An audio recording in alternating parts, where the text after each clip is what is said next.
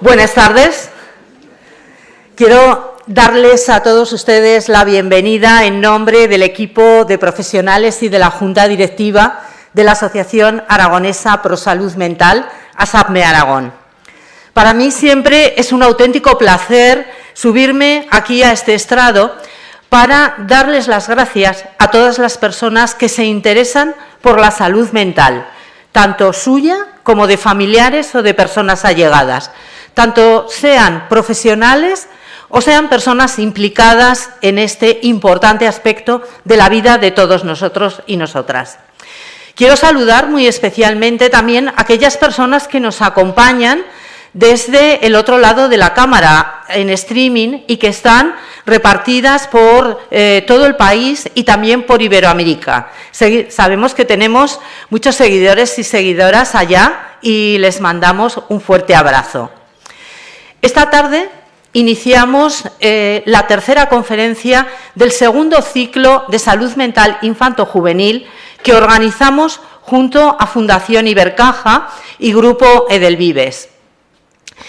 Quienes hayan asistido a otros eventos recordarán que la alianza entre la Fundación y nuestra asociación ASAPME Aragón tiene ya una trayectoria de 20 años en las que intentamos dar respuesta a las inquietudes que tienen todos ustedes, divulgando desde hábitos mentales saludables a adentrarnos en temáticas que les pueden inquietar.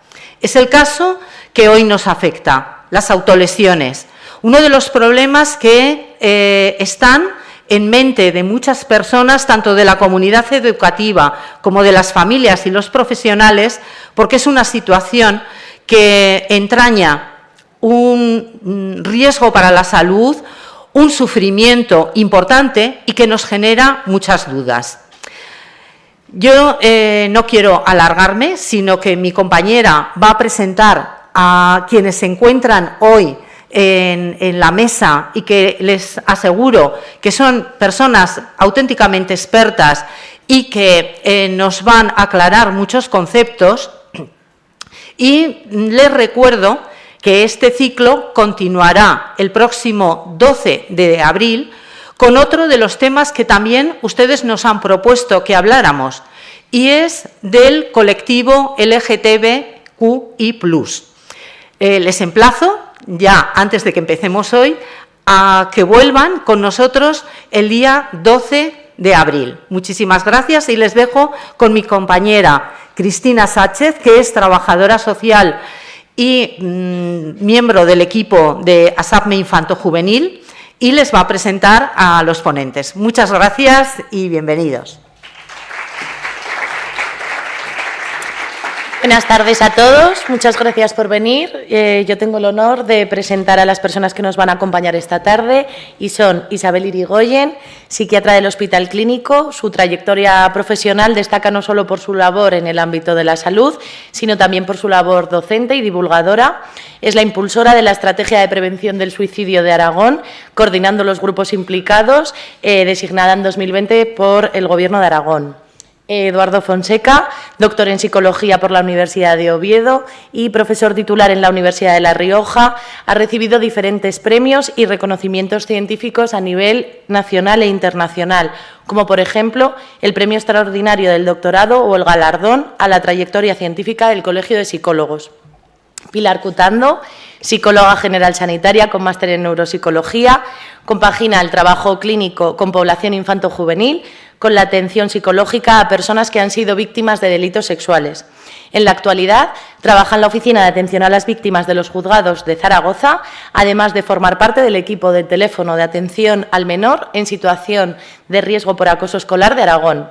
Y presentará a la mesa Manuel Martínez, coordinador del Departamento Infanto-Juvenil de ASAPME, psicólogo especialista en terapias contextuales y análisis de conducta, que actualmente compagina su trabajo en consulta con la coordinación del teléfono de atención al menor en situación de riesgo por acoso escolar del Gobierno de Aragón y la formación y sensibilización en centros educativos en materia de salud mental. Sin más preámbulos, os dejo con ellos. Gracias de nuevo.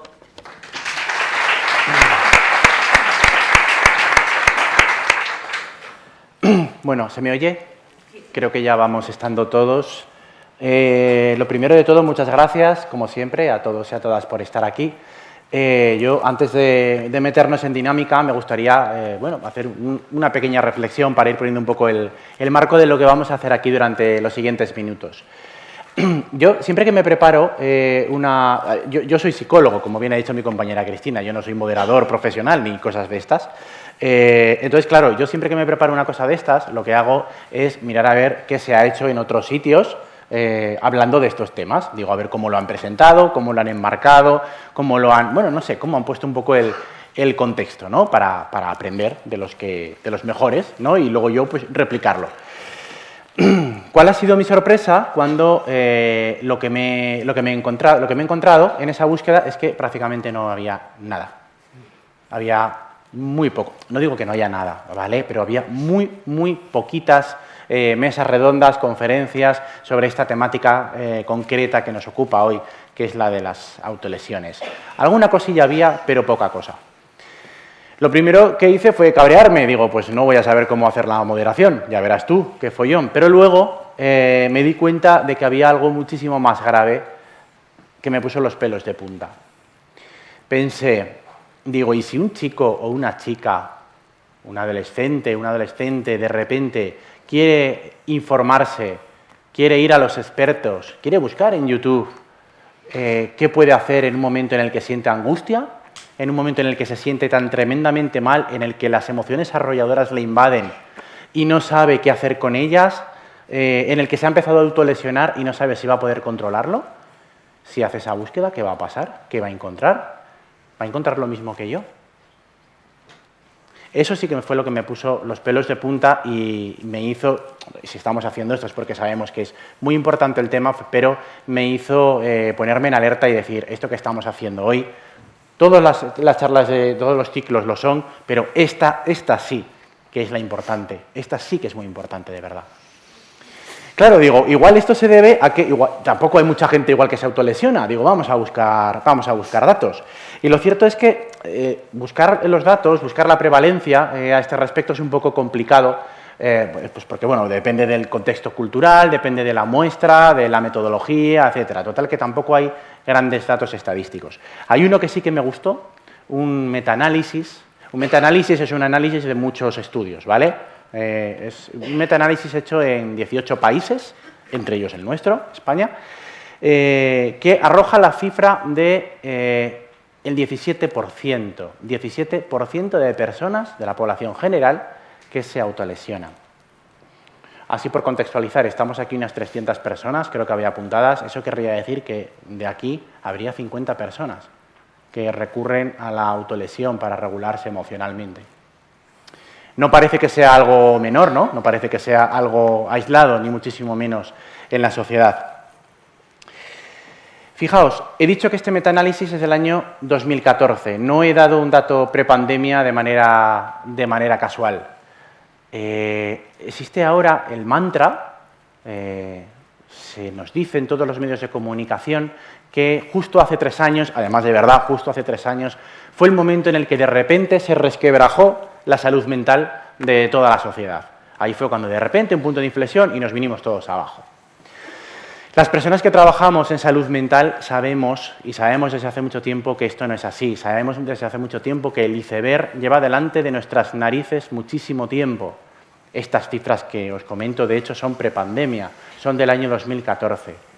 Lo que ha hecho la pandemia ha sido hacer que el iceberg aflore a la superficie, que la gran superficie de hielo que había debajo del agua ahora la estamos viendo. Pero los datos ya estaban ahí. Y esto no es una crítica, no es ni una crítica a los medios de comunicación, ni a los profesionales, ni a la sociedad en general. Esto lo cuento porque consideramos, de hecho, que esto es una grandísima oportunidad. El hecho de que ahora el iceberg haya salido a la superficie, de que los problemas de salud mental sean un tema de conversación en los medios de comunicación, sean tema de conversación en el patio de la Infanta delante de 300 personas. Esta es una oportunidad maravillosa para aprovecharla y hablar de estos temas. Son muchas las preguntas que seguramente tenemos todos y todas los que estamos aquí. Hay preguntas, el otro día mi compañera Pilar grababa un vídeo para conseguir que todos estuvierais aquí, en el que hacía un pequeño resumen, ¿no? Pues preguntas como, ¿son las autolesiones la antesala del suicidio o no lo son? ¿Tienen las autolesiones alguna función? Es decir, ¿sirven para algo? Y en caso de servir para algo, ¿por qué se perpetúan en el tiempo? Y lo más importante, nosotros, nosotras, ciudadanos normales, ¿qué hacemos si detectamos que un ser querido, de repente, sabemos que está recurriendo a las autolesiones? Y digo un ser querido porque da la sensación de que los datos nos dicen que esto es un problema de la población adolescente y de la juventud. Pero precisamente el otro día, hablando con la doctora Isabel Irigoyen, comentaba que había que hablar de que los niños de 8, 9, 10 años están empezando a autolesionarse. Y no es un caso ni dos aislados, está empezando a ser una tendencia. Esto, bueno, nos lleva a diferentes análisis, ¿no? ¿Qué hace que los niños de 8 o 9 años tengan semejante angustia como para tener que autolesionarse? ¿Y desde dónde podemos empezar a actuar? ¿Es una buena estrategia, acaso, no hablar de suicidio o no hablar de autolesiones en las aulas, en los colegios? ¿O es precisamente ahí donde tenemos que poner el foco? Pues un poquito de todo esto es de lo que queremos hablar. En la psicología hay pocas certezas y hay muchos dependes. Pero que haya pocas certezas no quiere decir que no haya psicología basada en la evidencia.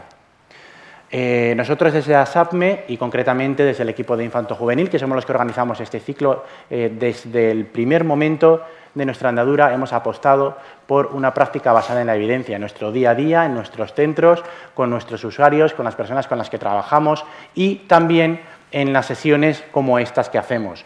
Hacemos psicología basada en la evidencia o salud mental basada en la evidencia. Y por eso consideramos que para hacer salud mental basada en la evidencia tenemos que traer aquí a las mejores y a los mejores profesionales para hablar de los temas que proponemos. Os puedo asegurar, y no es por presumir y porque yo esté arriba y sea lo que me han dicho que tengo que decir, que en materia de autolesiones, en la materia que hoy nos ocupa, Pilar Cutando, Eduardo Fonseca y Isabel Irigoyen son, sin duda, las personas de referencia para hablar de ello. Así que, si os parece, dejo de robarles tiempo. Yo me siento, ¿vale? Y empezamos un poquito con el asunto. A ponerme cómodo. Muy bien, Manu. En todas las sesiones del ciclo de salud mental estamos innovando con el Mentimeter. Seguramente que todos vosotros tenéis un código QR que habéis podido escanear a la entrada, pero pido a mis compañeros de allí atrás, ahí está el código QR, qué majo, que lo pongan, ¿vale? Podéis ir escaneando este código QR. Este código QR os lleva a una pregunta muy sencilla, que me gustaría que todos y todas con vuestro teléfono pudierais ir contestando. Mientras la vais contestando, voy un poco comentando a las personas con las que comparto escenario, que bueno, yo voy a ir repartiendo preguntas, como buenamente pueda, como buenamente sepa. Mi labor es simple, mi labor es hacer de nexo de unión con todas las respuestas que vayáis dando, o al menos intentarlo, por favor, portaros bien, vamos a ver si intentamos no irnos mucho. Pero, por supuesto, podéis aportar, podéis hacer un matiz en algún momento, ¿vale? Podemos irnos un poquito si lo consideráis oportuno. Yo creo que, compañeros, ya podemos poner los resultados estadísticos, a ver lo que va saliendo por ahí. Momento tenso, ¿eh? Qué tensión. Vale. Wow. Uy, que no veo. Bueno, nuestra pregunta, que además es una pregunta que ya propusimos antes esta mañana a través de nuestras redes sociales, es decir, que no solamente la gente aquí presente ha contestado. Nuestra pregunta directamente es, ¿crees que las autolesiones son la antesala del suicidio? Como me imagino que puede haber mucho miope en la sala, ya os adelanto que tenemos un 32% de sís, un 37% de nos y un 31% de no lo sé, cuéntame más. Aquí van a tener que pactar, para poder, para poder gobernar. Bueno, va subiendo la gente que va contestando, pero bueno, yo si os parece, y con este pantallazo de fondo, empiezo a preguntaros, ¿de acuerdo? Pilar, empiezo por ti, compañera, amiga, tienes que ser la primera. La pregunta es fácil. ¿Qué opinas de los resultados? Yo también soy un poco miope, ya me disculparéis, pero por los colorines veo que está la cosa como bastante equilibrada, ¿no? Bueno, como los nos está, es verdad que son dos, los hemos diferenciado, pero bueno, sí que hay un 30 y algo % que no veo de que personas que piensan que sí, que las autolesiones son una antesala al suicidio. Y es verdad que, como has dicho, Manu, al principio, en psicología nos movemos siempre en escalas de grises. Rara vez vamos a decir un sí rotundo y un no rotundo.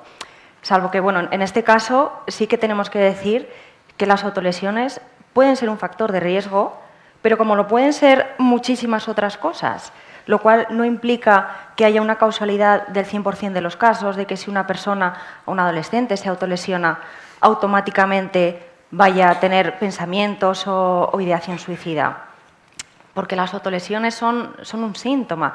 Es algo que sí que podemos ver de un problema que se esconde detrás, en algunos de los casos, como puede ser una patología, un trastorno mental, pero en otros no.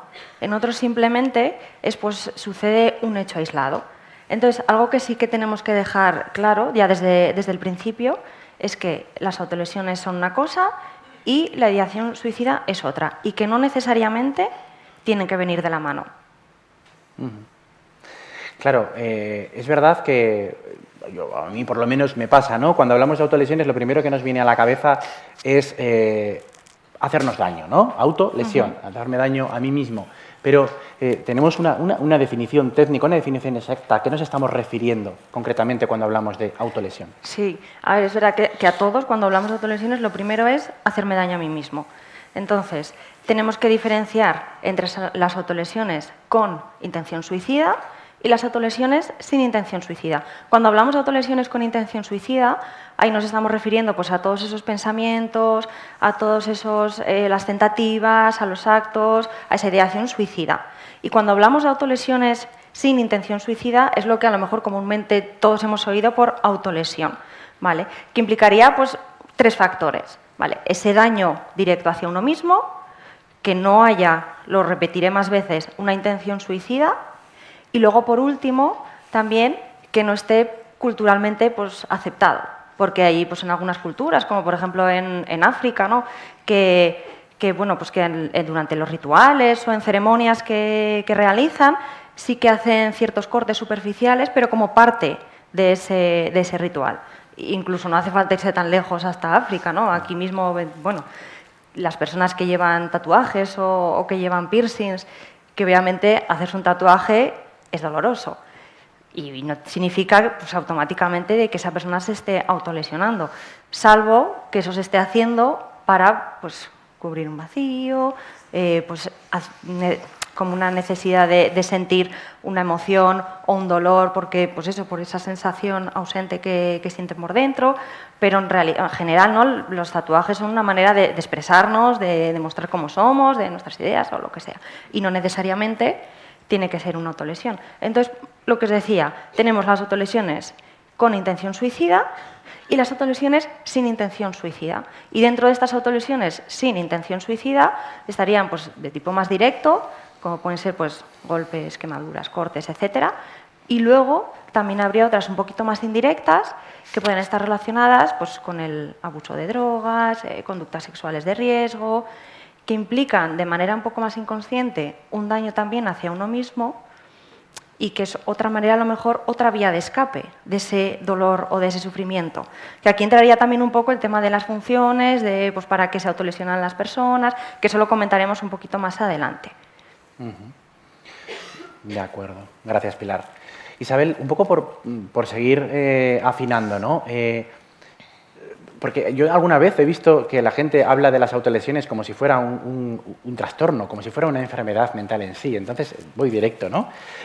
¿Son las autolesiones una enfermedad mental en sí o es una conducta más bien común a diferentes trastornos? ¿Aparecen diferentes trastornos?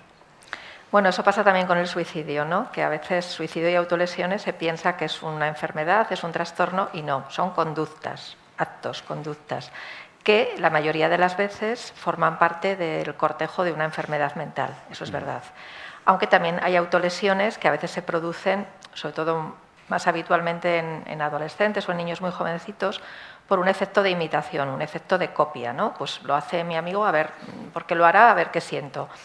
Esas son las que están más aisladas de los trastornos mentales, pero en general solemos ver trastornos mentales que pueden ser de todo tipo y los más frecuentes son la ansiedad, la depresión, los trastornos de personalidad, también se da con habitualidad, por ejemplo, en trastornos de la conducta alimentaria, pero puede aparecer en cualquier patología, igual en un trastorno obsesivo-compulsivo, por ejemplo, en niños con autismo, personas con discapacidad psíquica, en las fobias, en cualquiera, pero más frecuente en patologías como esto, ansiedad, depresión, trastornos de personalidad y conducta alimentaria, donde, como decía Pilar, pues están cumpliendo una función. O sea, en el fondo la autolesión es lo que estamos viendo, es lo que está en la parte externa, ¿no? Pero no nos podemos quedar ahí, porque si no nos quedamos en la anécdota. Tenemos que pensar que detrás probablemente hay algo y es lo que nos interesa, lo que nos importa, el poder circunscribir esa autolesión a en qué contexto se produce.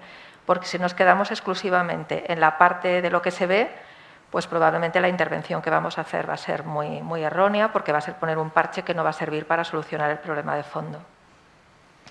Claro, qué importante, ¿no? Saber la función, ¿no?, de las conductas más allá de la propia descripción de la conducta. Claro, Eduardo, ya te toca a ti.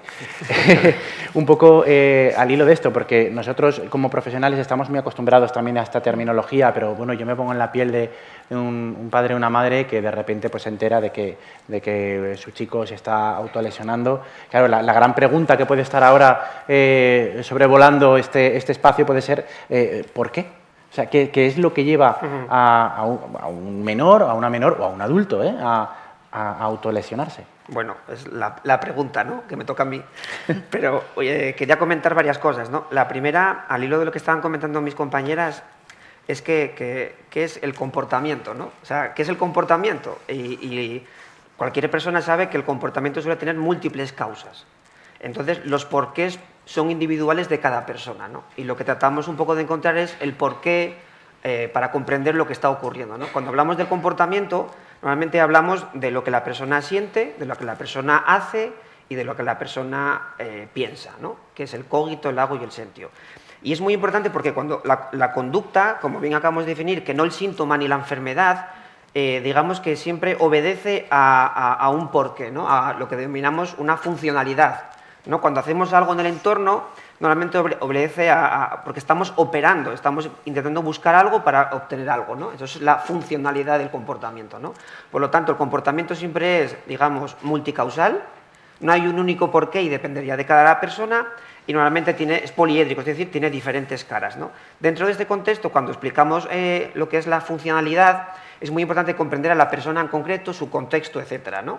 Y eso nos permite un poco empezar a vislumbrar cuáles son los porqués en ese caso, ¿no?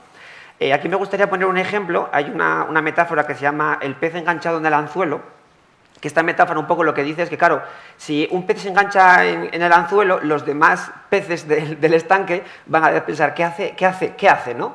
Pero claro, esos comportamientos raros que hace el pez es una forma de escapar de eso. Bueno, entonces eso es lo que intentamos comprender por qué hace eso, ¿no?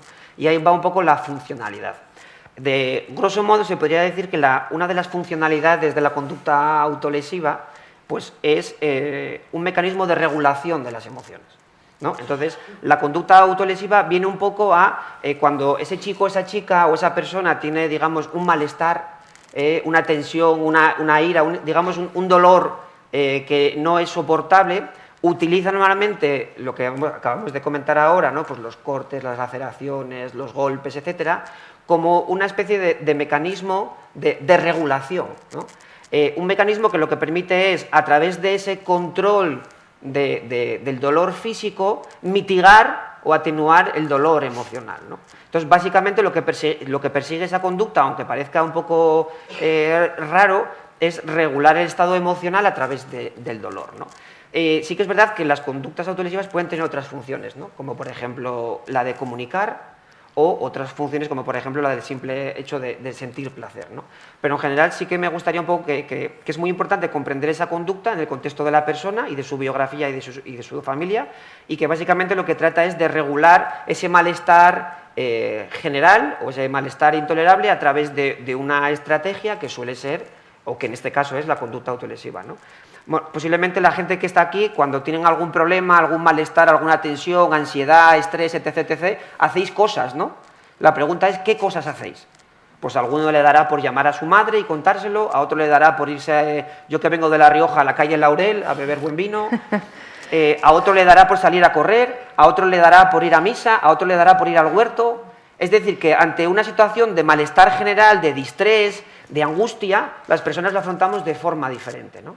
Y cuando no tenemos mecanismos o formas para afrontarlo, pues en este caso surgen las autolesiones, ¿no? Entonces eso es un poco lo que podría comentar de las funciones que puede tener la conducta autolesiva. Qué bueno el ejemplo del pez y el anzuelo, ¿no? Se nos ha quedado a todos ahí. Claro, aquí lo que parece evidente entonces, Pilar, cogiendo el hilo de lo que comenta Eduardo, es que al final se generan dinámicas que acaban siendo reforzantes, ¿no? Y que nos hacen acordarnos por su propio funcionamiento de las propias adicciones. Estamos hablando entonces de una conducta adictiva. ¿Qué hace que esto luego se perpetúe en el tiempo y no haya manera de pararlo? A ver, bueno, las autolesiones, ¿vale? Sí que cumplen un cierto patrón, un cierto ciclo, ¿no? Porque puede haber un estímulo desencadenante que, pues eso, que como ha explicado Eduardo, pues nos haga sentir un malestar insoportable, muy intenso y que no sabemos regular. Y ante esa situación, ante ese estímulo, aparecen una serie de pensamientos, aparecen una serie de preocupaciones que son las que hacen que esa tensión vaya incrementándose y vaya aumentando y que la persona termine recurriendo a este tipo de comportamientos, bien sea por modelado, bien sea a veces por descubrimiento, pero que al realizar este tipo de conductas, ¿vale?, aunque sea momentáneamente, ese malestar se alivia. Y al aliviarse a ese corto plazo, queda reforzado, de una manera negativa, lógicamente, pero queda reforzado, porque yo lo he hecho y entonces ahora me siento un poco mejor porque me he distraído, porque ahora ya no estoy pensando en eso, porque ahora estoy pensando en mi dolor físico, y entonces al quedar reforzado aumenta la probabilidad de que esa conducta se vuelva a repetir. Aunque a corto plazo ese malestar se alivie, recordamos que a medio o a largo empiezan a aparecer pues, pensamientos, sentimientos de culpa, de vergüenza, remordimientos, y entonces ese malestar otra vez reaparece y encima más intenso todavía y volveríamos otra vez a iniciar ese ciclo. Y entonces esto sería, digamos, lo que mantendría todas estas conductas y el por qué se repiten en el tiempo y por qué esa frecuencia.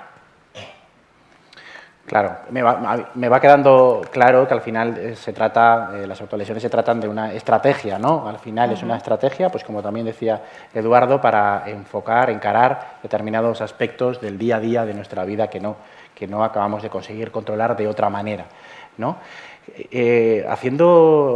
Copiándote la expresión poliédrico que decías de la multicausalidad y demás, a mí me gustaría saber, Isabel, si existen datos de tipos de personalidad o tipos de personas o tipos de problemáticas que hacen que una persona pueda acabar autolesionándose y otras no.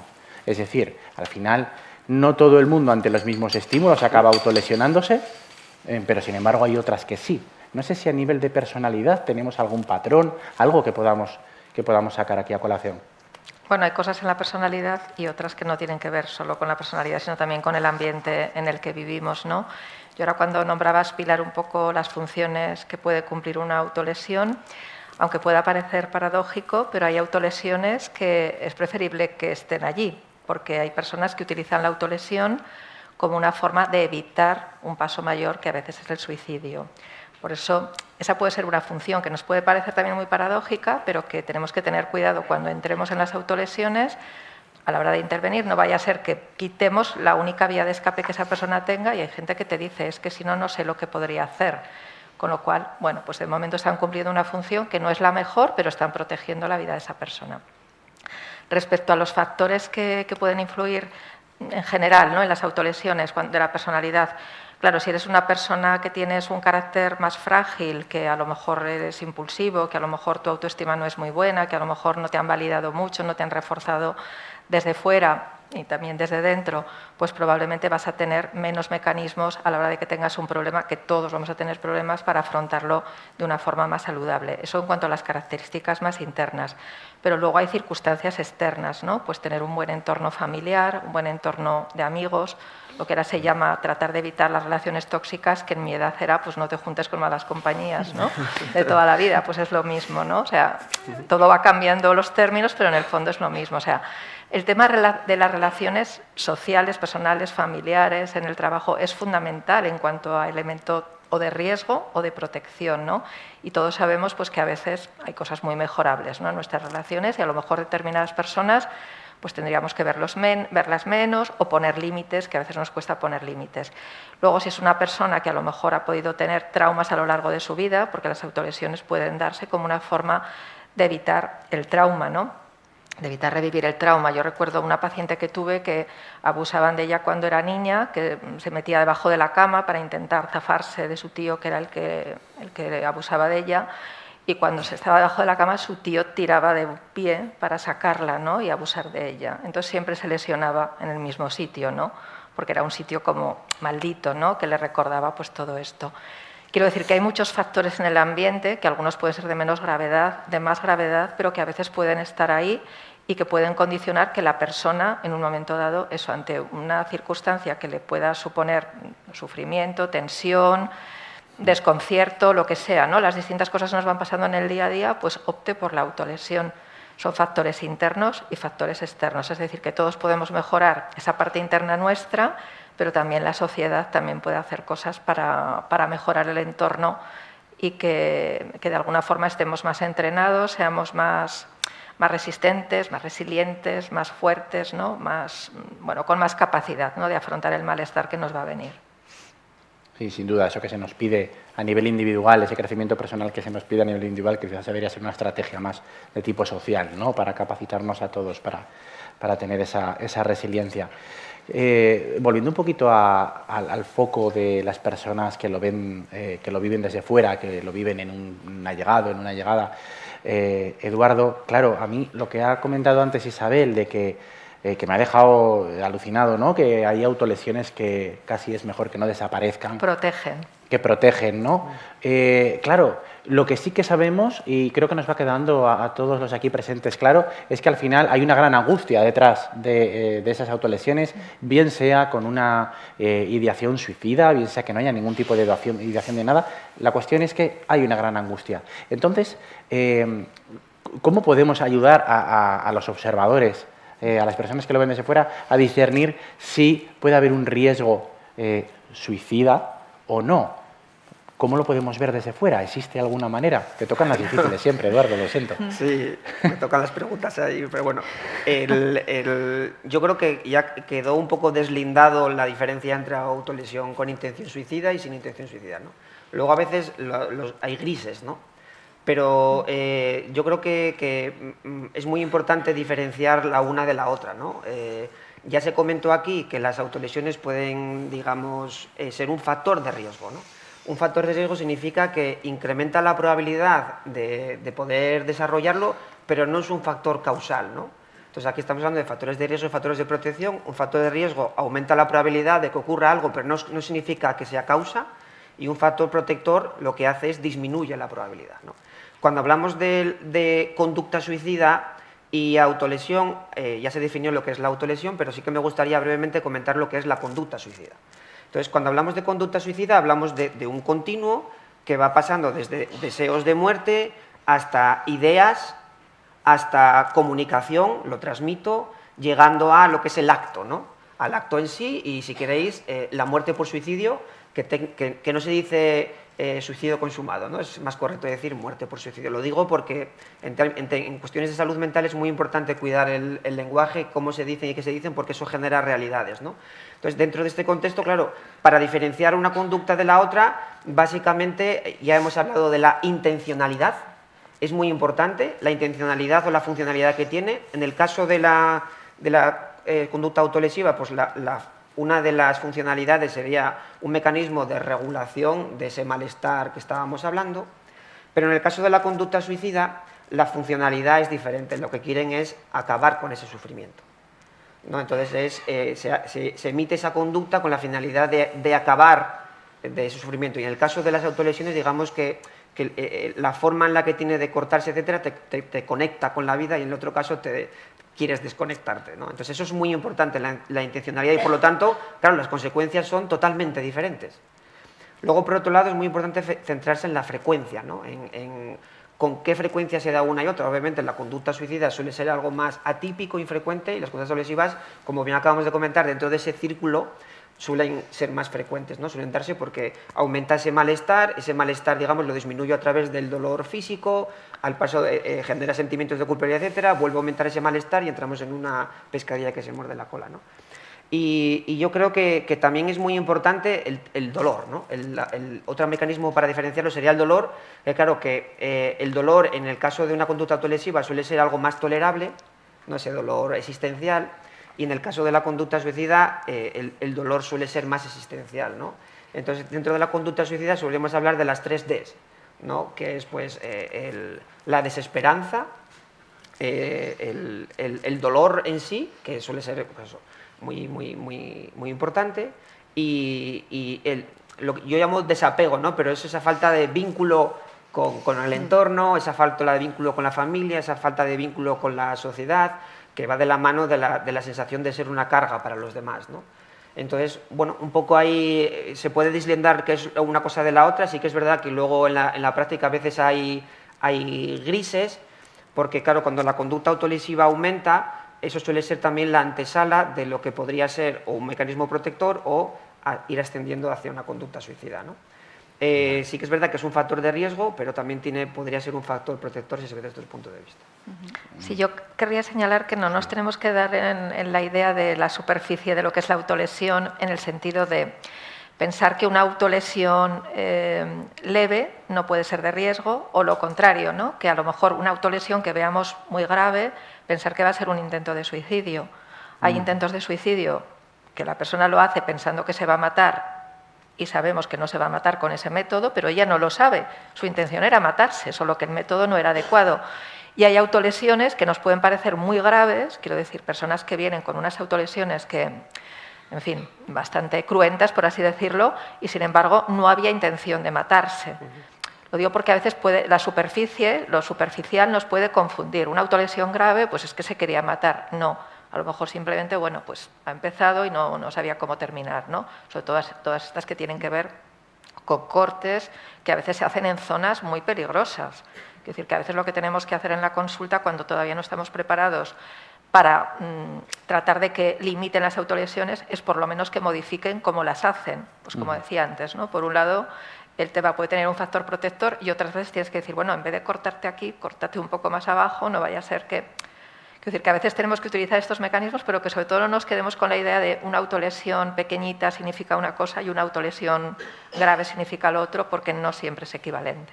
Importantísimo. Yo creo que va quedando bastante clara, ¿no?, la barrera, ¿no?, entre una cosa y la otra, un poco al hilo de la famosa primera pregunta que formulábamos, ¿no?, de si era la antesala o no del suicidio. Igual alguna respuesta iría cambiando, ¿ya?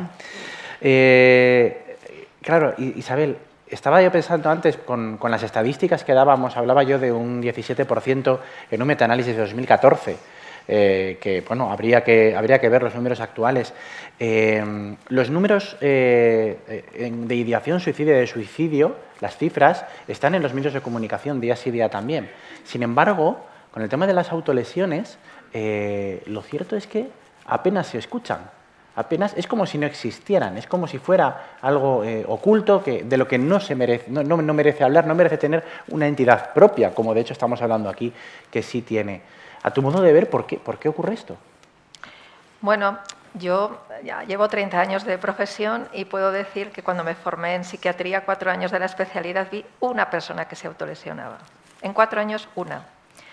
Después he ido viendo alguna más, pero la eclosión ha sido los últimos 5 o 6 años, ¿no? Y especialmente a raíz pues, de la facilidad de tener Internet, de poder conectarte, de poder ver lo que se hace en otras partes del mundo. Quiero decir que sabemos que, sobre todo en las personas muy jóvenes, tiene un impacto muy importante. Y antes esto no era así. Entonces, realmente el tema de las autolesiones ha sido algo que no se hablaba porque prácticamente no había, aunque ahora vamos con desfase, porque tendríamos que haber empezado con este tipo de cuestiones, ¿no?, de educación, sensibilización, formación un poco antes. Pero es un fenómeno realmente reciente en cuanto a la eclosión. Es verdad que, por ejemplo, en personas con trastornos de personalidad muy grave lo estábamos viendo, pero lo veíamos de forma muy puntual, ¿no? O sea, en lo que nosotros llamamos población que acude a consulta de psiquiatría o de psicología o de enfermería. No lo veíamos en población general y ahora se está viendo. Y tenemos casos de personas que a lo mejor, hace poco me ocurrió con una paciente de 57 años y se había empezado a autolesionar hace 3. Y se empezó a autolesionar porque vio que la gente se autolesionaba. Y dijo, bueno, voy a probar. Y realmente cuando estaba enfadada, sobre todo cuando tenía mucha rabia, con circunstancias personales, pues veía que de alguna forma el malestar, el sufrimiento, pues se evadía, ¿no? Se concentraba más en la emoción física, ¿no?, en el dolor que sentía, porque sentía dolor, pero se concentraba ahí, con lo cual le hacía evadirse del otro. Entonces yo creo que ha habido un cambio cultural, generacional, y que realmente lo tenemos desde hace menos tiempo. Increíble.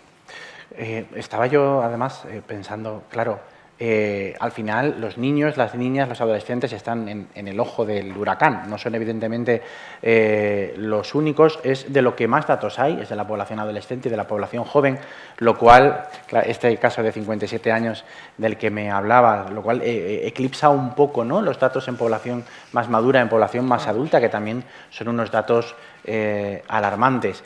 Pero sea como fuere, esto me recuerda un poco a cuando se empezó, Pilar, a hablar del acoso escolar, cuando, de hecho, aquí en Aragón, por suerte, somos pioneros en una estrategia, en un protocolo contra el acoso escolar, que nosotros hemos vivido en primera línea. Y ese trabajo de prevención en el aula es empezar a hablar, es empezar a nombrar las cosas por su nombre. Parece que años después está dando sus frutos, aunque quede mucho por hacer. Entonces, mi pregunta es, Pilar, quizás es necesario realizar este trabajo de prevención ya desde las aulas, en los colegios, centros educativos. ¿Es ahí donde habría que poner el foco?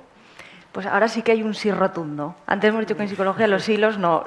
Dudábamos, pero esto es un sí en mayúsculas, con luces de neón y con todo lo que haga falta. Efectivamente, sí, es muy necesario, como ha comentado Isabel, porque vamos un poquito tarde. Porque, bueno, en los centros educativos los chavales están, quiero decir, es un caldo de cultivo ahí importante, ¿no?, para poder entrar a trabajar con ellos, el poder hablar, el poder crear un espacio donde se pueda dar y facilitar toda esa información sobre, pues, qué es una autolesión, cuáles son esas causas, los motivos, factores de riesgo, el poder dar ese espacio para que ellos también hablen, pregunten.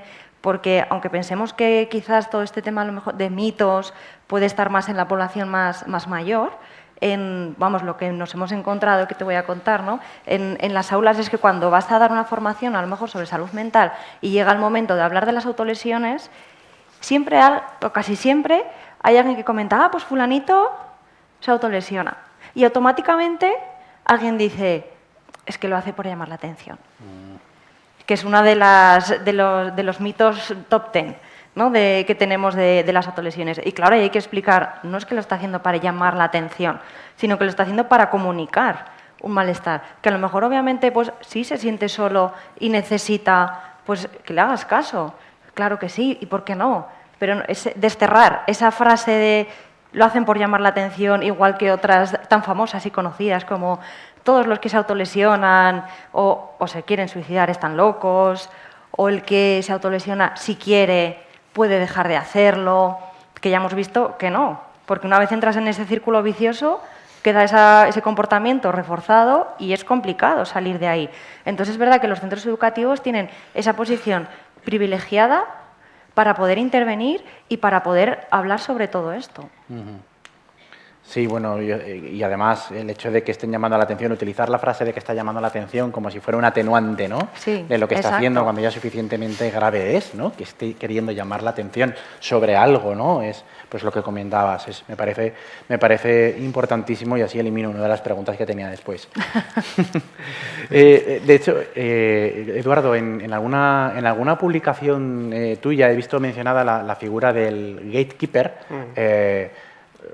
para mis padres que están por ahí, que son de francés, no son de inglés, gatekeeper es guardián, vigilante, ¿vale? ¿En qué consiste esta figura que parece que empieza a ser cada vez más escuchada, ¿no? en el mundo educativo? Sí que me gustaría comentar al hilo que se estaba abordando que claro, que charlas como estas donde, digamos, se informa, se forma, se sensibiliza y se hace conciencia a la gente sobre los problemas de salud mental, es muy importante para eliminar los mitos, el estigma y el tabú. O sea, que yo creo que hablar de estas cuestiones es la mejor forma que tenemos de prevenir. Al hilo de lo que se comentaba de los centros educativos, tengo que decir que en España, a día de hoy, hasta donde llega mi conocimiento, hay 0 programas de prevención de la conducta suicida o autolesiva en contextos educativos. 0 programas. En mi caso, que estuve en el Congreso de los Diputados defendiendo un plan nacional de conducta suicida, luego no se aprobó. Volviendo es para contextualizar dónde estamos, ¿no? Sabiendo que es un problema social, personal, sanitario y educativo, el mejor lugar donde se tiene que, o donde se debería empezar a prevenir, pero incluso antes a promocionar, ¿no? Mi abuela decía que más vale prevenir que curar, y yo siempre le decía, abuela, no, más vale promocionar que prevenir. ¿Por qué? Porque si yo tengo que prevenirte algo es que tienes algo ya. Entonces es mejor promocionar, ¿no? ¿Promocionar qué? El bienestar. ¿Y cuál es el mejor sitio donde se tiene que promocionar, educar a nuestros jóvenes? Los centros educativos. Había un informe que se llamaba el informe de Lors, por un político canadiense, que hablaba que, perdonad por la voz, que no es que haya salido de fiesta, pero que comentaba que los centros educativos es un lugar donde preferentemente hay saber conocer y saber hacer, ¿no? Conocimientos y práctica. ¿Y dónde queda el saber ser y el saber convivir? El saber ser con uno mismo y el saber convivir, ¿no? Entonces, claro, digamos, estas cuestiones de las que estamos hablando, pues por ejemplo, dotar a los jóvenes de herramientas de regulación de las emociones, de asertividad, de escucha activa, el sitio donde se tiene que dar es en el contexto educativo. Yo creo que eso es algo de perogrullo, pero bueno, yo creo que hay que insistir en ello, ¿no? Y dentro de ese contexto, hilando con tu pregunta, claro, si el lugar preferente para prevenir este tipo de comportamientos es el contexto educativo, hay diferentes formas de hacerlo, ¿no? Una de ellas es formando e informando y dotando de recursos a los jóvenes a través de programas, pues de regulación de las emociones, de asertividad, de escucha activa, de trabajo cooperativo, de sensibilización de lo que es la salud mental, etc. etc. Hay otro que es liderazgo de pares, que es que en la clase haya una especie de líder que cuando detecte algo hable con esa persona y directamente hable con el tutor de referencia. Y también hay otra serie de programas que son los gatekeepers, ¿no? Que tú acabas de... que Román Paladín es el guardián, ¿no? El vigilante, ¿no? Y todos aquí somos gatekeepers, o sea, todos aquí somos guardianes, ¿no? En el sentido de que todos, en algún momento de nuestra vida, hemos tenido que proteger y ayudar o ser una mano firme para alguien que está en una crisis.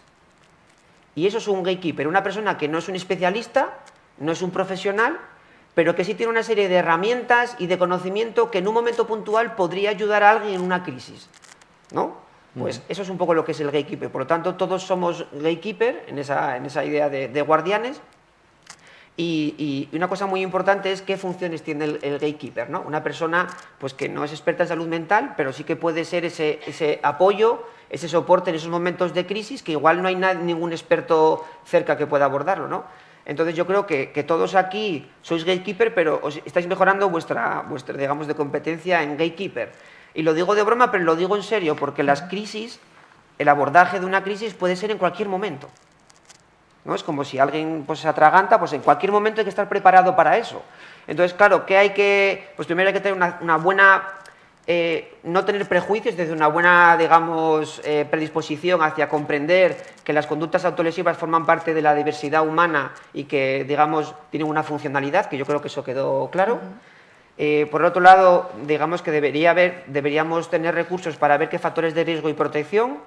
Por otro lado, luego deberíamos tener una especie de conjunto de kit o de herramientas para qué decir y cómo decirlo en ese caso concreto que hay una crisis puntual. Una vez que ocurre eso, que eso igual sale luego o se puede abordar luego, pues vendría la derivación, a dónde hay que derivar y qué hay que hacer. Hay que dejarlo solo, si no, hay que llamar a esta persona, si no.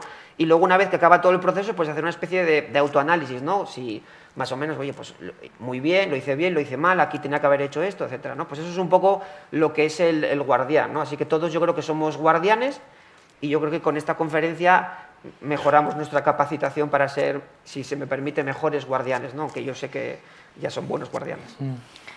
Sí, yo la verdad es que sigo tus palabras porque efectivamente es una manera de apelar a la responsabilidad social, ¿no?, que todos tenemos y que no podemos mirar para otro lado.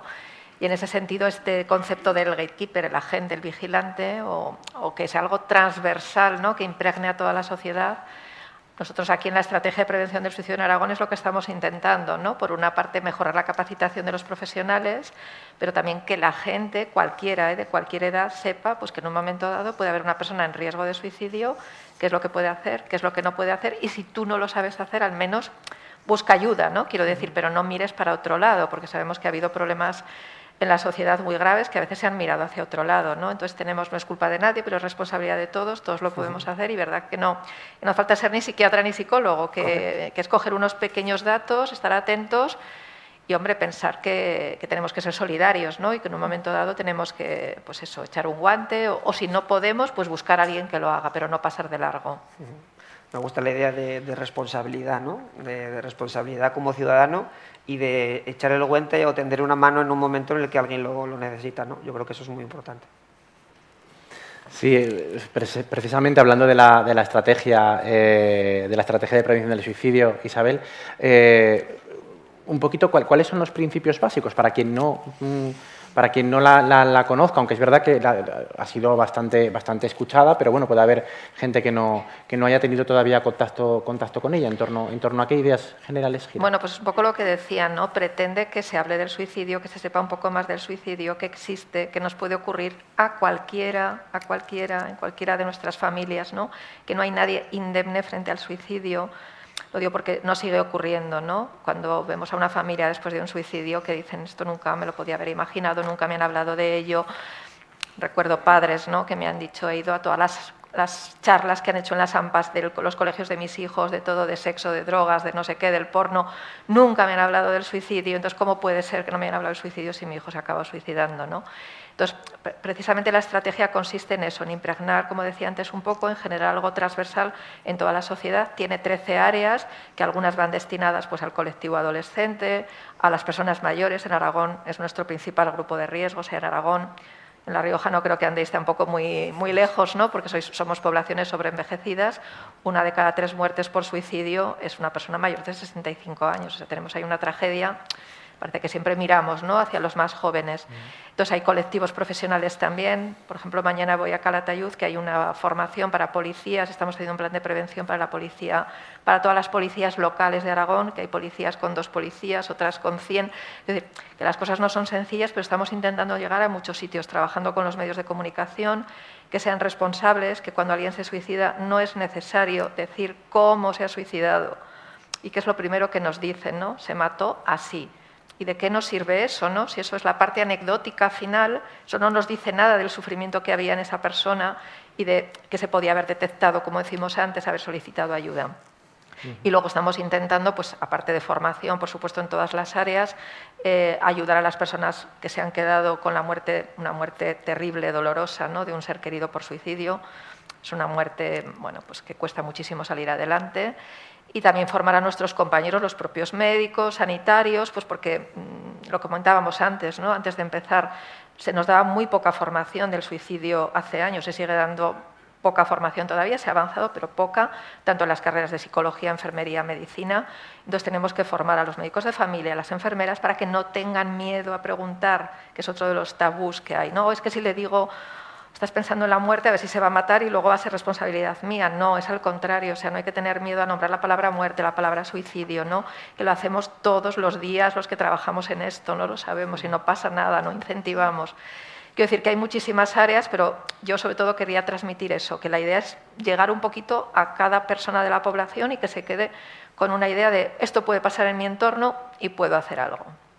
Una especie de lluvia fina, ¿no?, que va calando como el orvallo, como el orvallo, sí. Sí, eso es. Pero me gusta mucho esta idea de que sobre todo de que haya un plan tan bueno y tan bien hecho en esta región, y sobre todo esa idea de que hablar del suicidio previene. O sea, eso es lo que... hablar desde un punto de vista veraz, científico, previene. Una cosa es lo que acabas de comentar muy bien, que es decir cómo alguien se suicidó, que eso tiene unas derivadas, ¿no? Aquí estamos hablando del suicidio desde un punto de vista científico, técnico, desligado del estigma y del tabú, y es el mantra, ¿no? Pero que todo el mundo se le quede claro que hablar de suicidio previene, porque cuanto más se tarda en hablar, más, digamos, se cronifica o se empeora, y cuando llega por ese miedo a hablar, etcétera, llega, digamos, un poco más, ¿no? Pues más grave, entonces es más difícil hacer cosas, se puede, pero es muy importante que quede claro que hablar del suicidio que si alguien te dice estoy pensando en matarme, no digas tontadas. Que es la respuesta más habitual. ¿Cómo estás pensando eso? ¿Cómo puedes decir eso? No digas eso. Y cambiamos de tema. No, hay que entrar. Es un tema difícil, pero hay que entrar. Exacto, exacto. Y a veces incluso a los que trabajamos en la práctica privada nos cuesta, ¿no? Parece que te puede pillar un poco con el paso cambiado una afirmación así y tratas de... La primera reacción es una evitación, ¿no? Pero al final toca abordarlo, ¿no? De primera mano.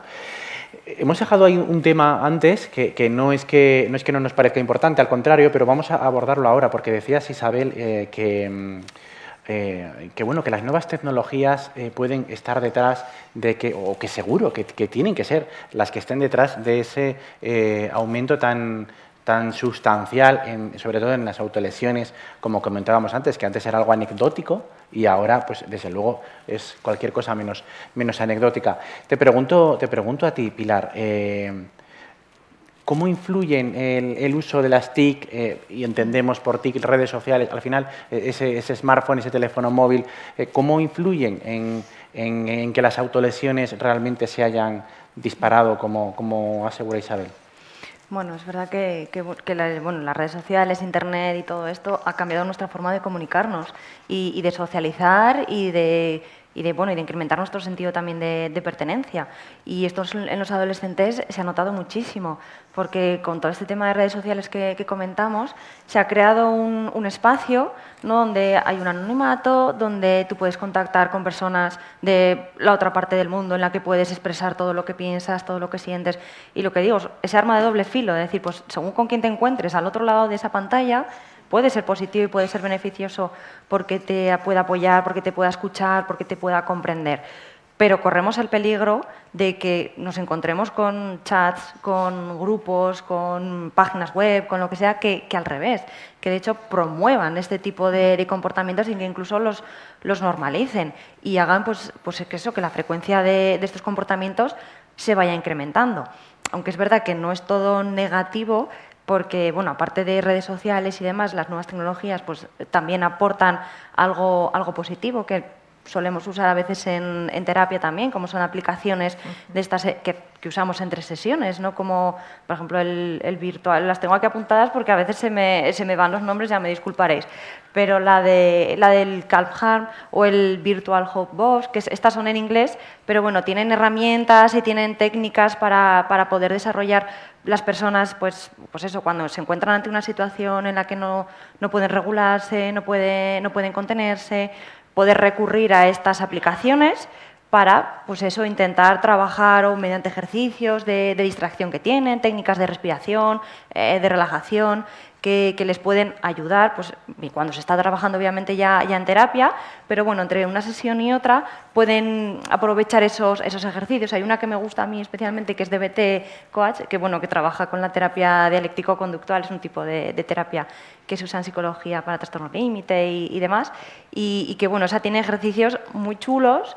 Y bueno, y hay otra también que es más orientada al suicidio, que se llama Stay Alive, que esa me gusta porque tiene puedes hacerte como una cajita de recuerdos y puedes añadir fotos, puedes poner cosas que para ti sean agradables, que eso obviamente también se puede hacer físicamente y tener como esa caja tuya de seguridad. Pero bueno, como a los adolescentes es verdad que les gusta más el tener ese contacto con los smartphones y las aplicaciones y todo esto, pues puede ser una buena herramienta. Además, esta también tiene mucha información para los familiares. Entonces, pues bueno, por eso digo que sí y no, ¿no? O sea, sí que se pueden usar, pero obviamente con precaución y quizás con cierta supervisión también. me gusta mucho esa doble visión, ¿no? Esa visión de alertar de los peligros, pero también del potencial que tienen las nuevas tecnologías para ayudarnos, incluso a nosotros a nivel profesional nos ayudan mucho, ya me pasarás esas herramientas. Isabel, claro... Pero si aparecen las autolesiones en personas mayores y no saben manejar nuevas tecnologías, también claro, podemos eso es diferente, hacer tarjetas cortafuego que lleven como unas chuletillas. Quiero decir que hay para todos. Eso es. Hay para 2 generaciones. Claro, Isabel, porque al final es verdad que los adolescentes, las adolescentes a día de hoy se pasan mucho tiempo... A ver, a día de hoy realmente toda la vida ha sido así, ¿vale? Pero se pasan mucho tiempo pues, cerrados en su habitación, haciendo sus cosas de señores adolescentes, ¿no? Entonces, muchas veces pues están que si con el móvil, que si con la PlayStation, no sabemos muy bien exactamente qué es lo que están haciendo. Y la gran pregunta que se hacen los padres, las madres, es ¿cómo puedo yo saber si mi hijo o mi hija se está autolesionando? O sea, hay señales que yo diga, aquí debería estar vigilante. Claro, las señales más obvias son las físicas, ¿no? Y a veces pues tratan de esconderlas porque es habitual pues que si cuando una de las conductas más habituales es cortarse en estos momentos, ¿no? El cutting, que en inglés. Entonces suelen llevar mangas largas, pantalón largo, o sea que no se les ve absolutamente nada, o a veces se colocan estratégicamente muñequeras o pañuelitos anudados de tal forma que esa es la parte más evidente. Pero luego, como hemos dicho, no nos podemos quedar en la superficie, ¿no? Tenemos que prestar atención a otro tipo de cosas, a verbalizaciones, pues de desesperanza, de esta vida es un asco, no puedo más, todo es un aburrimiento, pues nada tiene sentido. O sea, estas verbalizaciones que puede parecer que no van a ninguna parte, pero que no podemos como padres pasarlas por alto. O sea, si uno de nuestros hijos está diciendo algo de este tipo, es importante que busquemos un buen momento, un momento tranquilo también para nosotros que a veces estamos muy ocupados, ¿no? Para poder intentar hablar. A lo mejor la primera vez no quiere hablar con nosotros, que eso también es muy habitual, ¿no? Pero tenemos que no podemos dejar en el empeño de saber qué son esas cosas que está diciendo y a dónde quiere ir a parar. Porque como todo lo que tiene que ver con psiquiatría y psicología no tenemos soluciones rápidas. Quiero decir, nosotros nos tenemos que armar de paciencia, por eso decía muchas veces, pues es preferible que se autolesione que haga otras cosas, o que se autolesione aquí a que se autolesione allá. A veces tenemos que diferir un poco el resultado de nuestra intervención. Y los padres a veces, pues yo lo entiendo, desde la frustración de que a lo mejor piensan puede pasar algo o que realmente están viendo que hay algo gordo, quieren entrar a matar y no se puede entrar a matar. O sea, hay que buscar el momento, el espacio. Y sobre todo, si se habla de esto, que no sea el tema único de conversación. O sea, que cuando entre por la puerta no sea autolesión, cuando se vaya a la cama autolesión, que desde la angustia es muy fácil que eso ocurra. Pero tenemos que intentar también, porque si no al final los chavales te dicen, me estás rayando, déjame en paz, eres una pesada. O sea, bueno, pues hay que intentar hablar de otras cosas de más normalidad. Lo que pasa es que luego, independientemente de estas señales más verbales, que también son pues, bastante claras, ¿no? Como las físicas, están las conductuales, que son las más indirectas, ¿no? Pues cuando ves a tu hijo que está más aislado, que no queda con sus amigos, o que, pues no lo sé, que está más irritable, que tiene cambios de humor, o que ha dejado de hacer pues, la afición que antes hacía. Es decir, estos cambios que nos chirrían, que nos llaman la atención de que algo le está pasando, pues lo mismo, tenemos que intentar indagar, intervenir, pero eso de una forma amable, tranquila, sin juzgar, sin echarle la bronca por la autolesión, porque si echas la bronca por la autolesión estás poniendo el foco de nuevo en la superficie. Cuando aquí estamos intentando sobre todo decir que eso no es más que un poquito eso, la punta del iceberg, que lo que hay detrás es lo realmente importante. Y no es echar la bronca por la autolesión, sino ver por qué se hace y tratar de buscar ayuda, y si no sabes cómo ayudarle, pues lógicamente buscar ayuda profesional. Has nombrado antes herramientas.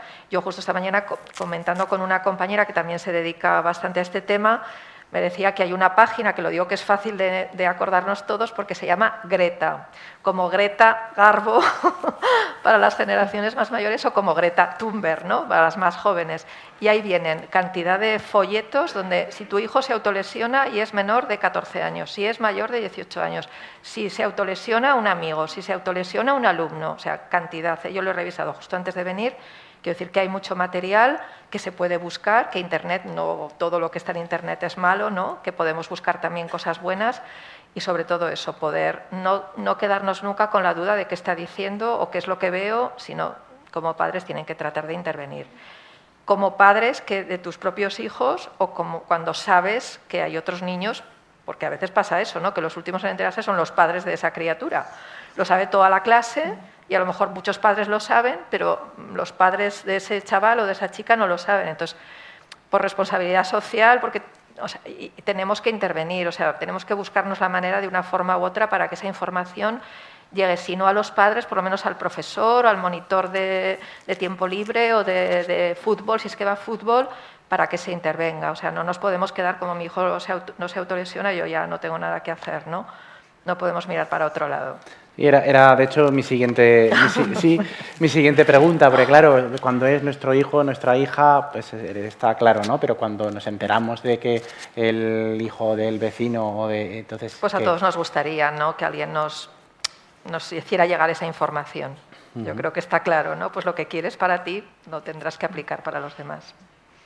Claro, yo me pongo en el escenario de esa familia que entonces, una vez que se enteran de que está ocurriendo esto, empieza no solamente a, bueno, pues a probablemente informarse bien y intentar saber cómo comunicarse de una manera validante, ¿no? Con su hijo, con su hija, pero luego, aparte, también empiezan a tomar medidas.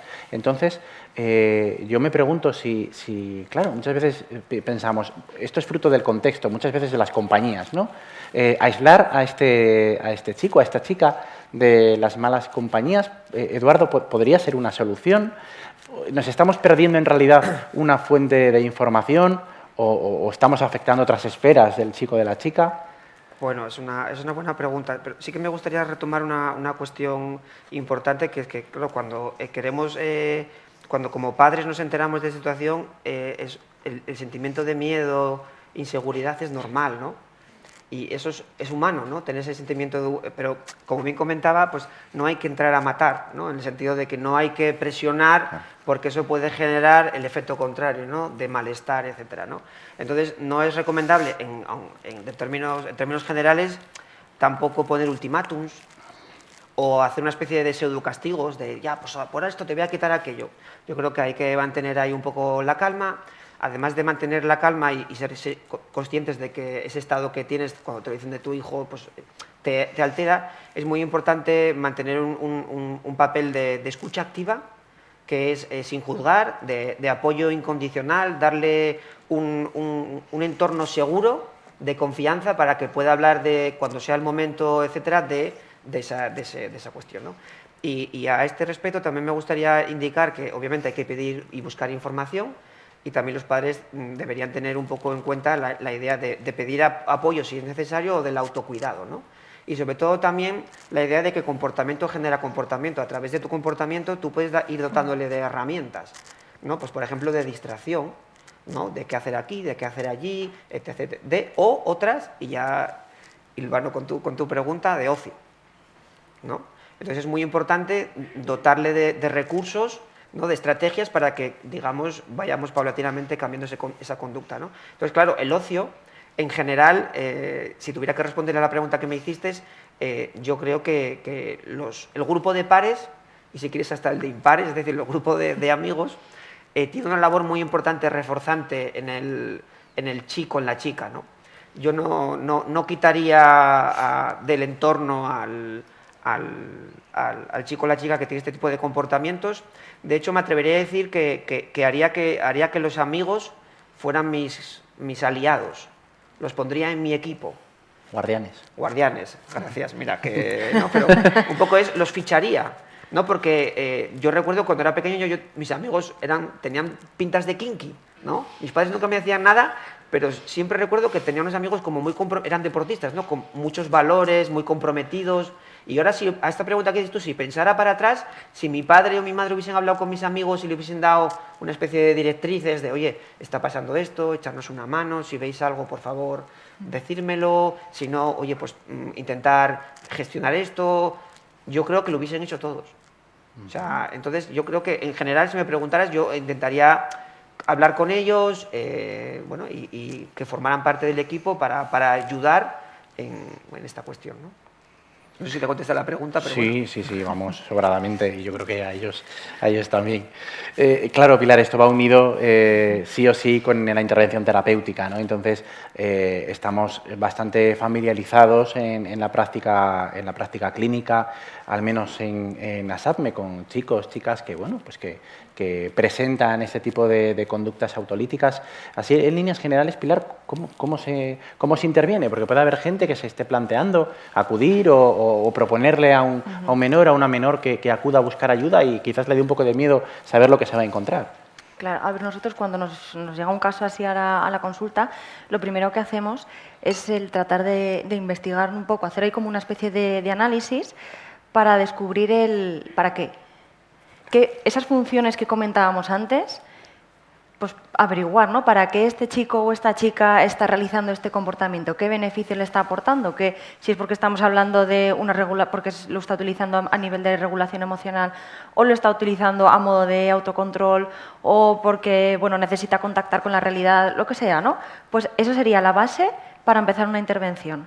El saber el por qué lo está haciendo. Y una vez ya tenemos aclarado ese tema, pues bueno, ya pasaríamos pues a lo mejor a analizar esas causas subyacentes, el detectar qué estímulos pueden a lo mejor desencadenar ese malestar intenso y, por supuesto, pues bueno, empezar a trabajar a dotar de estrategias de afrontamiento, pues técnicas de reducción de la ansiedad, de respiración, relajaciones, técnicas también a veces de control de la ira en los casos en los que las autolesiones pues sean un poquito más agresivas en el sentido de golpes y de tal, ¿no?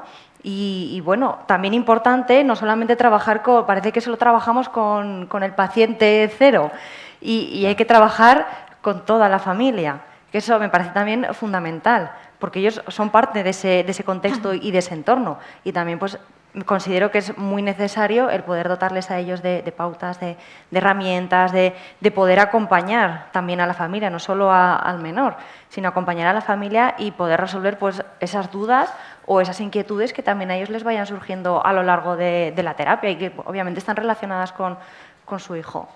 Qué importante, ¿no? Además, este mensaje, asumir que el problema cuando hay este tipo de conductas o este tipo de ideación no está aquí dentro, ¿no?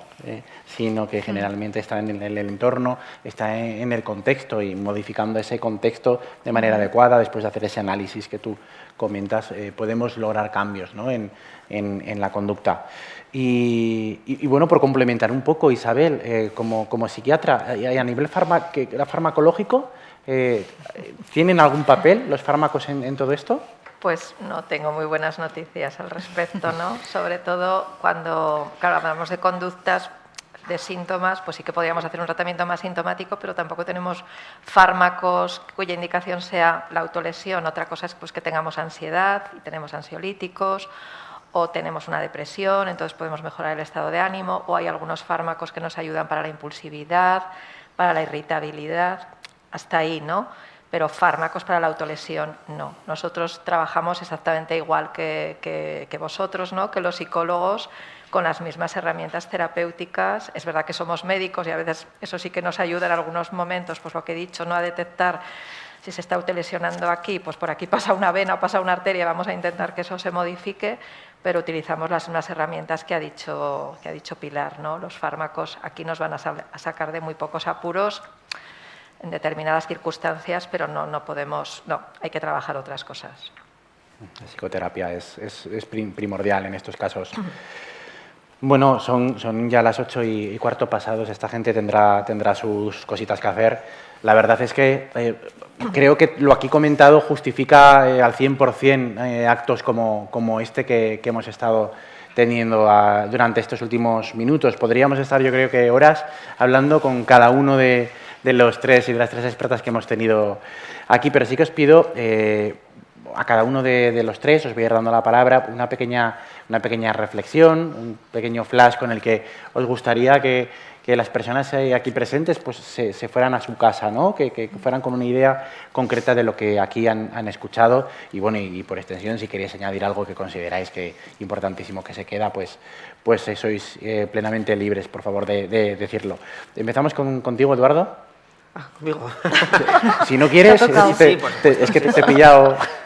Según hablabas me iba surgiendo una idea y, pero, bueno, que a mí me gustaría acabar con un mensaje para casa, ¿no? Un take home message, que básicamente es que las conductas autolesivas es un grito de ayuda, o sea, que tiene digamos que la persona está pidiendo ayuda a través de esa conducta, y que la mejor forma que tenemos de abordarlo como sociedad es a través de la formación, la información, la sensibilización y la concienciación, y dotando a las personas y sobre todo a nuestros jóvenes, que son nuestro principal capital presente y futuro, de herramientas, de competencias socioemocionales que no solo les sirvan para las conductas autolesivas, sino para su vida en su conjunto, ¿no?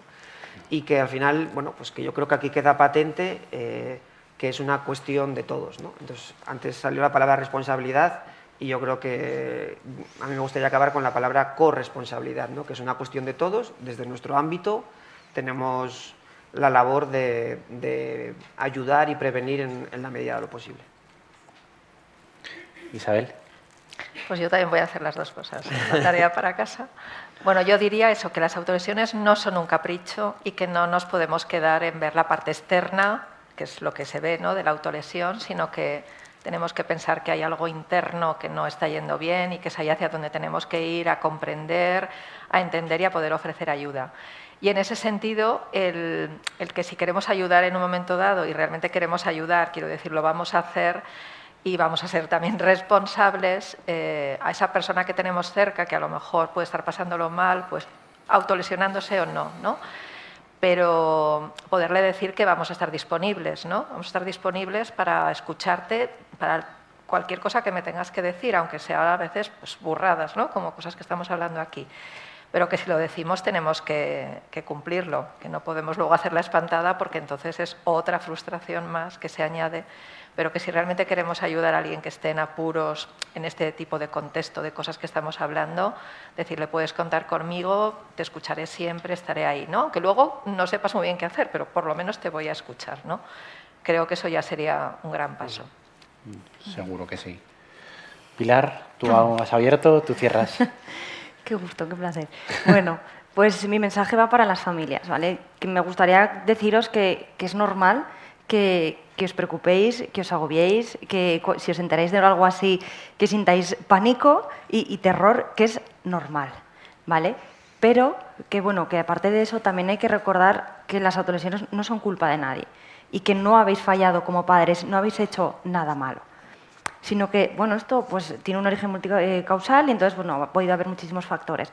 Y que lo que tenemos que hacer ahora mismo es eso, es crear ese ambiente en casa, que ya lo hemos comentado mucho, pero hago hincapié en eso, en crear ese ambiente, ese espacio seguro de apoyo, de comprensión, en el que no se juzgue, no se invalide y que se dé espacio a que ese chaval o esa chavala pueda expresar sus emociones abiertamente, y que en el caso de que no lo quisiera hacer con vosotros, porque puede ser entendible que a un adolescente le cuesta hablar con sus padres de ciertas cosas, pues ofrecer ayuda emocional, decir, pues bueno, vamos a hablar con tal, podemos hablar con cual, podemos hacer esto, podemos hacer lo otro, y bueno, buscar una solución entre todos.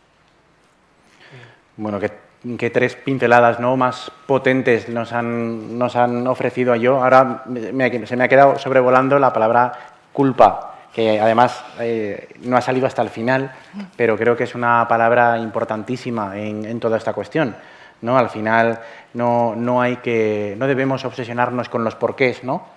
De qué no me he dado cuenta para haber llegado a esta situación, porque además ni siquiera esto no es una pregunta proactiva. Lo que sí que tenemos que empezar a preguntarnos es cómo podemos ahora acompañar, ¿no?, en ese camino, cómo podemos hacer ver a esa persona que estamos ahí para lo que haga falta.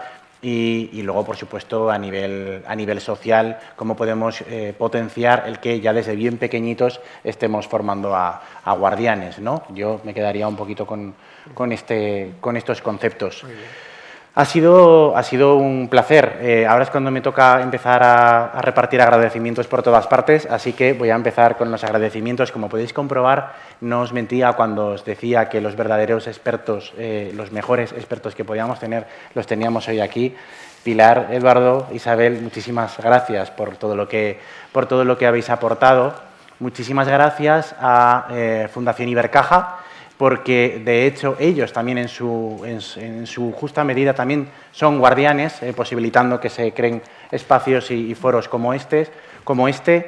Y por último, muchas gracias a todos y a todas las personas que estáis aquí, porque de hecho, no sé si sabéis, y si no lo sabéis os lo recuerdo, estas charlas se quedan grabadas en nuestro canal de YouTube, supongo que mañana, pasado, eso es cosa de mi compañero Carlos. Y el hecho de que se queden grabadas en el YouTube implica que quizás ese chico o esa chica que en un futuro esté buscando la opinión experta de alguien en algún lugar del mundo que hable sobre autolesiones, quizás y solo quizás nos encuentre a nosotros. Así que si las personas que habéis estado escuchando, oyendo todo lo que hemos hablado aquí, consideráis que lo que se ha dicho es interesante y de verdad sirve para cambiar el mundo y para cambiar la vida de estas personas, os pido que por favor seáis agentes de difusión, ya no necesariamente del vídeo de YouTube, pero sí de las ideas que aquí se han hablado, aunque solamente sea por ese chico o por esa chica que busca información y no la encuentra. Y antes de dejaros abriros las puertas y dejaros que os vayáis a cenar, me gustaría recordar que somos muy pesados y el mes que viene volvemos a estar aquí. El día 12 de abril, miércoles, también en este espacio, también nos cede Ibercaja el espacio, a las 7 de la tarde tenemos la siguiente charla, LGTBIQ+, conocer para acompañar. Creo que el título ya es suficientemente evocador. Nos acompañarán Aslan Orera, estudiante, además de su padre, Vicente Orera, Víctor Luqui, psicólogo, Pepe Paz, activista LGTBIQ+, y nuestra compañera amiga que anda por ahí atrás, Jessica Galán. Así que aquí nos vemos el día 12 de abril. Muchas gracias a todos y a todas por venir. Muy bien.